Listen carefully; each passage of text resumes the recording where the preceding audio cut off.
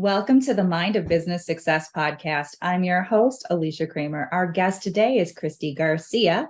We're going to talk about mindfulness in your business. Welcome to the show, Christie. Thank you so much, Alicia, for having me. I'm really excited to visit with you today.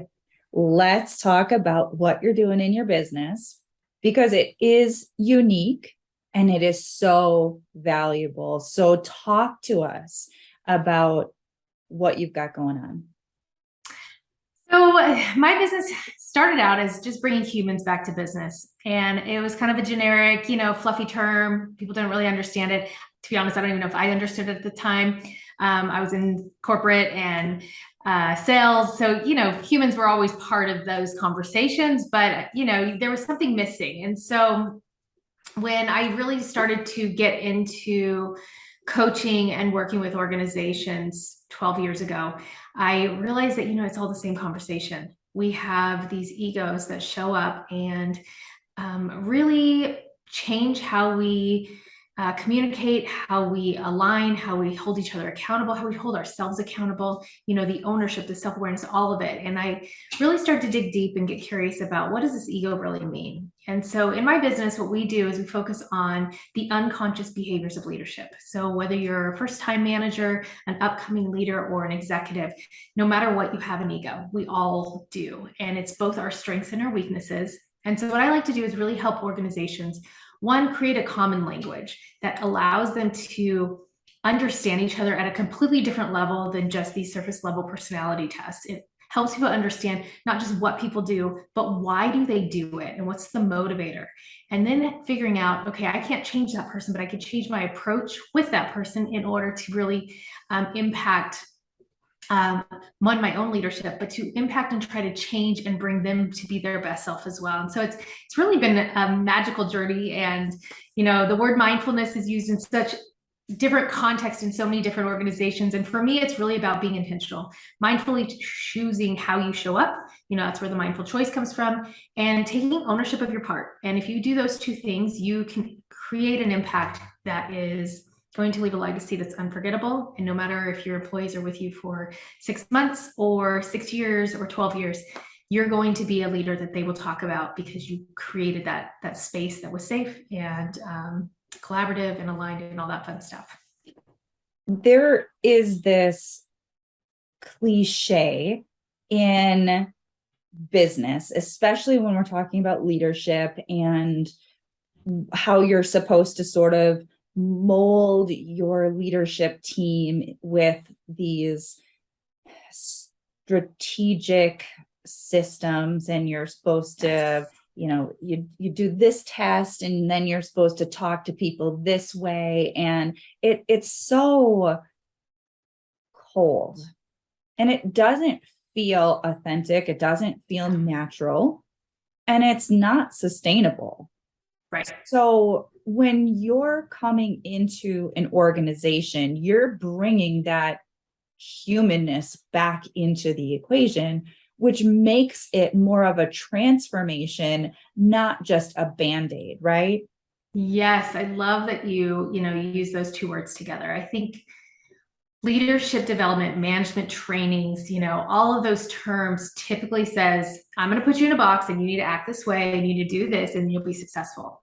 That's just not true. One, we're all human. We all make mistakes. We all do things unconsciously and unintentionally that aren't, our best selves. And so the only way to transform and truly show up as our best self in those leadership moments is, one, to own when we're not our best self, to, recognize that my strength doesn't look like my colleagues or my peers. My weaknesses don't look like theirs either. They might be similar and they're going to have, traits that are the same, but being able to appreciate those strengths and weaknesses of each other, and then really building on that authenticity of the human is so, so key to great leadership. That's when you see these leaders who are just real. They're authentic. They're not trying to prove that they're supposed to be there. The ego wants to seek permission, validation, and approval. It wants to prove that it's right. It's prove that it's worth, the title. And that's what we see a lot in today's world, that ego-driven leadership, because it's really ran on insecurities, not believing you deserve that seat. And when you do ego management, it's all authentic. You get to be you. and you get to be real and you get to own your good, bad, and ugly. And now it's like you own your seat. Everybody gave it to you. Now you're actually owning it yourself. And that's the power of this work. I love that phrase, ego management. We do see ego showing up in its less desirable forms when people are insecure. Mm-hmm. So you'll see people who are sort of the quintessential confident. And I use that word sort of tongue in cheek because there's authentic confidence, which comes across in a really wonderful way. It's charismatic. It feels good to the people around them.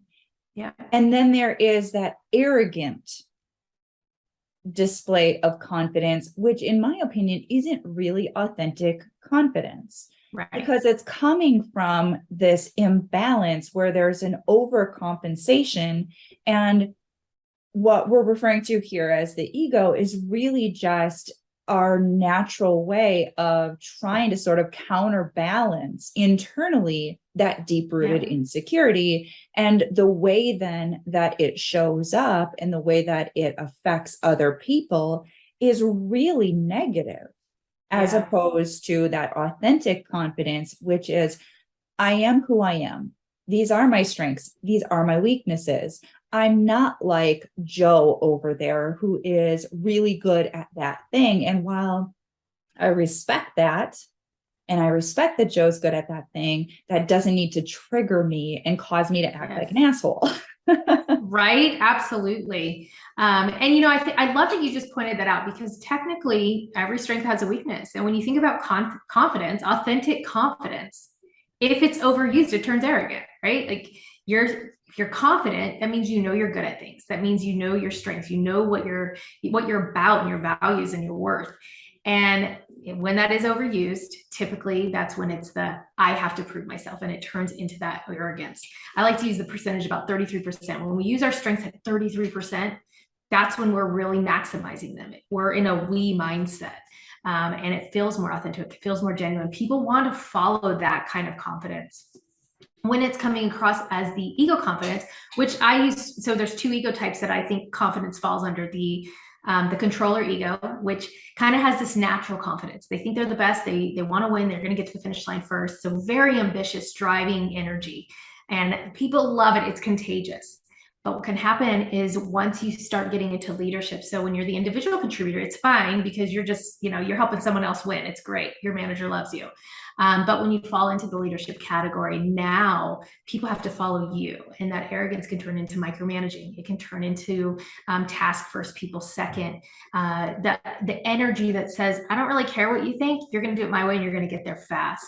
And that is an unconscious behavior, but it's a confidence that is typically driven by the need to be the best and to prove yourself. And then there's the protector confidence, which is I have to be right. And if I'm not right, then I'm wrong. I have no worth or value. And so that's when that confidence turns into arrogance. When you start to feel that battle, that conflict, that confrontation, usually there's some ego arrogance going on. And there's probably one or two egos in the room battling each other to prove their worth at that moment. No, when I'm working with a client, I'm usually working specifically with a business owner, and they may have a team, and sometimes we're working through some of the things that are getting triggered within them, but I'm able to work directly with that individual, and we're able to sort of smooth out some of those deeper rooted insecurities so that they can be that best version of themselves. But now when we're talking about a team, an organization, sometimes there isn't the luxury of working with each of those individuals. One, they may not be on that type of interpersonal development journey. And two, it may just not be financially feasible. So now you're able to come into a company and you're able to work on a slightly different scale where you can bring awareness to these things and help to create some of these really important shifts that then allow that company to operate so much more efficiently. So I'd love to talk just for a moment about what are some of the tangible and intangible benefits that Uh-huh. a company can experience when you come in and you do this type of work? Oh, there's so many benefits to this work. And that's one of the reasons over the last couple of years, I actually designed a program to get it to more of a team, all the way down to employee level if they wanted to. Because once everybody has the language, it's just so much easier to keep the drama out of business, get that proactive thinking and less reactive thinking. So that I would say some of the biggest things, productive communication. When you have confident leaders, authentic, confident leaders who understand their impact, who take ownership of their part, you have completely different conversations in your boardroom. You have people being more collaborative, you have alignment, you have trust, you have real leadership vulnerability. I know vulnerability is a word not everybody loves. And it's not the touchy-feely emotional vulnerability. It's the truth vulnerability, the ability for a leader to say, you know what, I was wrong in that. I'd like to hear more about what you have to say. And so it really opens up the opportunity for employees to have more trust in their leadership, which is what we're all wanting, whether we're talking politics, whether we're talking in our organizations, or even at home. Just having trust in the people around us, and knowing that they're going to admit when they're wrong, know that they've got our backs, know that they're going to show up and take care of us, and we're all on the same team. The ego really wants to divide and separate. So a lot of the conversations we're having today are about division and different opinions are wrong opinions, and we can't just align and say, hey, let's agree to disagree. It always has to be the right or wrong answer. And so those are very much ego-driven tactics that are coming in and saturating our businesses today. The other thing that I love the most with remote work, a lot of times that trust is missing because you don't have those everyday human interactions, and so you have to kind of create them. When you have teams going through a program like the Mindful Choice Leadership Academy, you're bringing human conversations to the business side of your world, and it just, again, changes the energy, changes the relationships. Everybody's more productive, everybody's more accountable, everybody's more aligned, and makes it so much more fun to work with for everybody involved. I think that's the most common thing I hear. People are changing their relationships at work, they're changing their relationships at home, and they just feel more confident in what they're doing and how they're showing up. That's powerful. And it's a really beautiful thing when, as a business owner, as a CEO, as the high level leader within your own business, that you are able to contribute so much value to people's personal lives as well as just their professional lives. Yes. There shouldn't be such a huge separation where it's like, oh, you can have fun when you're off the clock, you can be happy then, but while you're here, you're just a workhorse. Yeah, To absolutely. I love that you bring that element of humanness into it. And I have been an advocate for years to bring more consciousness into businesses and into companies. And it does, in many cases, start from the top down, because that's where there's the most influence to affect the largest number. Absolutely. Absolutely. A lot of times I'll get called in to work with managers and maybe go up to director level. And it's an unfortunate thing because a lot of times the executive says, oh, I got my ego figured out. Well, the reality is our ego is never going to go away. It's always there. And so whether you have it figured out or you don't, if you're not doing the work with your team, your ego is telling you you're better than them. And so naturally there's already a stigma there. And when you can start to neutralize the ego as, hey, we can all do the work, we can all get better. The mindful choice model is be 1% better tomorrow. And that little bit, just 1%, allows everybody to be 7% better at the end of the week, at the end of those discussions, 30% at the end of the month, and 365% at the end of the year. And when you start to look at those little changes that happen from the top down, it's a true game changer within the entire organization and how people work together, the amount of work that gets done. Plus the engagement and the retention. I think today's world, there's so much turnover, there's so much competition. You have to be different as an employer, or people will leave you. And it's not just about, investing in the person. It's about, salaries and value. And that all comes back to ego and your beliefs around those. One of the biggest things that runs the ego is our unconscious beliefs and mindsets. And so just going back to the workhorse, there's one ego that believes, if you don't work hard, then your competitor is going to get ahead of you. So I have to work 15 hours a day, otherwise I'm not working hard enough. That's an old belief, and that's not probably serving you at this point. There's another one that, people think, I can't be friends at work, or, nothing gets done. They won't respect me.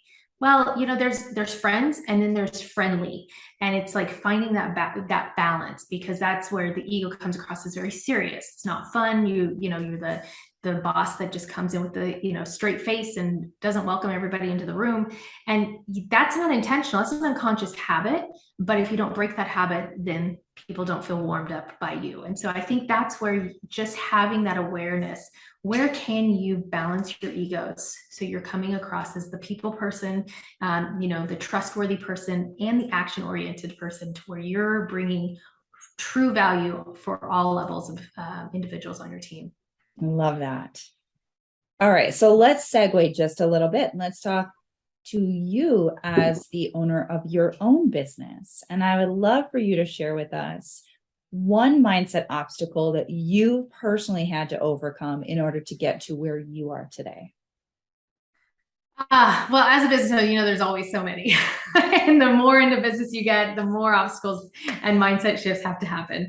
But I'll start with the beginning one. For me, how my business became what it is today is I learned about my ego. I was 29. I had already started my coaching business, but more on the life coaching side of it. Wasn't really sure if I was going to turn it into something or not. And I had a 30-foot fall on a Friday morning on my way to work. And, that was kind of the game changer for me. I thought life was good. I lived in this amazing apartment. I traveled the world. I had tons of friends. I was doing good. Life was great. I was happy. And when I had to stop and deal with luckily I had very few injuries, but I had enough that I couldn't take care of myself for about a week. And I lived on my own. And so it was kind of like this shift in my world. Whoa, I take care of me. I don't need nobody. And I finally started talking to my coach about 2 weeks after my fall. And I just sobbed. I bawled. I had no idea why. She asked me, "How are you doing, Christie?" And I was like, "I'm fine." "How are you doing, Christie?" "I'm fine." And, you can always tell the voices of the ego because they have different pitches. And so the third time she asked, she said, "How are you doing?" And I just lost it. It was 15 minutes of crying, had no idea why. And I finally realized, like, okay, I am fine. I am doing good. Life looks great on paper, but there was this emptiness inside me. There was this loneliness that I wasn't even aware I had, to be honest. As a controller, ego, I work hard. I go to the finish line. I run fast. I stay busy. And then as my protector, it's like, it's black and white. So I'm either happy or I'm not. And so I was happy. And when I had to stop, it wasn't that I wasn't happy, but I wasn't fulfilled. I didn't have that deep meaning at the end of the day. I wasn't dating because I had a ton of friends and it wasn't a high priority. I wasn't planning, I wasn't making space to have a family one day, and I was turning 30. And it's all these things. It wasn't someone else's timeline. I was doing great. But it was that reminder that, wow, if you're not consciously living and building and choosing, not just your career, which we do, I think, more often than our personal life, then you're going to be either happy in one and not the other. And that's that cycle that most people fall into. I'm really happy at work right now, or I'm really happy at home right now. But we put all our energy into these baskets, and eventually one of those baskets is empty. And my goal really taught me how to balance it all. How do I get to be happy at work and at life? How do I get to have it all? How do I get to have the family? How do I get to have the successful career? And how do I get to believe that that is an option for everybody? And learning about these egos and building that in was really the game changer. And that's how Mindful Choices Academy really came about. And it's not about just winning at business. It's about winning at life. And when we win at life, everybody wins at business. I'm a big believer. Happy people are successful people. And so the more you can bring that into your organization or into your world, the better your life will be. Such a valuable takeaway right there. a lot of people listening can relate to that, not in the exact way that you experienced it, but we've all had different versions of that experience to varying degrees. And it is a wake-up call. Absolutely. To say, what am I doing here? Are my priorities really truly aligned with what I really, really desire in my life? And a lot of times it's not that people are completely off base. It's just that they are neglecting the big picture. They're so focused on the small details that they are omitting the real joy, the real fulfillment that they could be experiencing in life. Absolutely. I think, our world does that all the time. We focus on here right now, which the irony, to be present, you have to focus here right now. But if you don't have the end goal in mind and that bigger intention, then the here and now changes with the drama. It changes with the social topics of today. It changes with politics. It changes with everything else. Where when we have the end goal, those are our goals. Those are our intentions. Those are our values and our core. And this stuff just makes us have to adapt versus have to change. And I think that's the real power of being grounded in who you are, what you want, knowing what your ego is telling you on the daily, knowing how it impacts from the moment you wake up to the moment you go to bed. 95% of the time we're unconsciously going through the motions. That means 95% of the day, your ego is making your decisions, it's having your conversations, it is doing the things that you think you're intentionally doing. So unless you stop and ask yourself, is this the thing that matters most? Is this the thing I want to be doing? How many people do things because they feel like they have to? How many people do things because it's on their to-do list? Like, stop doing the madness and make sure you're intentionally choosing it. Things don't have to change, but when you're intentionally doing it, they just look slightly different. Yeah. This has been a great conversation. I love it. Okay, Chrissy, tell our listeners how they can connect with you. They can reach out. I've got my LinkedIn account. You're welcome to reach out there. I have a website. It's in the works, so it's not anything fabulous, but it'll get you to me. We can get on a conversation. That's my biggest thing. We can put all the social stuff out there, but I'm a big believer. Let's hop on a phone. Let's figure out how this work can really impact your world. So you can go to mindfulchoiceacademy.com. Again, that's mindfulchoiceacademy.com. Or you can reach out and just give me a ring. My phone number is 415-971-9535. I know that's the old-fashioned way, but again, we're bringing humans back to business, and the best way to connect is through an old-fashioned conversation and see how this work can work for you. So good. Well, I have to thank you for having this conversation. I think there are some people who probably could benefit from looking at how their own ego is sort of running the show. And it's something that is not always at the forefront of the mind. Like you said, 95% of the time, it's just running on autopilot. Yeah. So somebody out there needed to hear this message today, to hit the reset button, to become more mindful. Make sure you reach out to Christie. Thank you so much for being with us today. Absolutely. Thank you, Alicia, for having me on your show and for your audience that is making a big difference in the impact in the world. So thank you to all of you out there listening as well. I also want to thank our listeners. I know that this is an amazing, amazing group of conscious entrepreneurs who are really just following their heart and doing big things to make a positive impact on other people's lives. So thank you to all of our listeners. If you haven't already subscribed, make sure you do so. And until next time, we will see you in the next episode.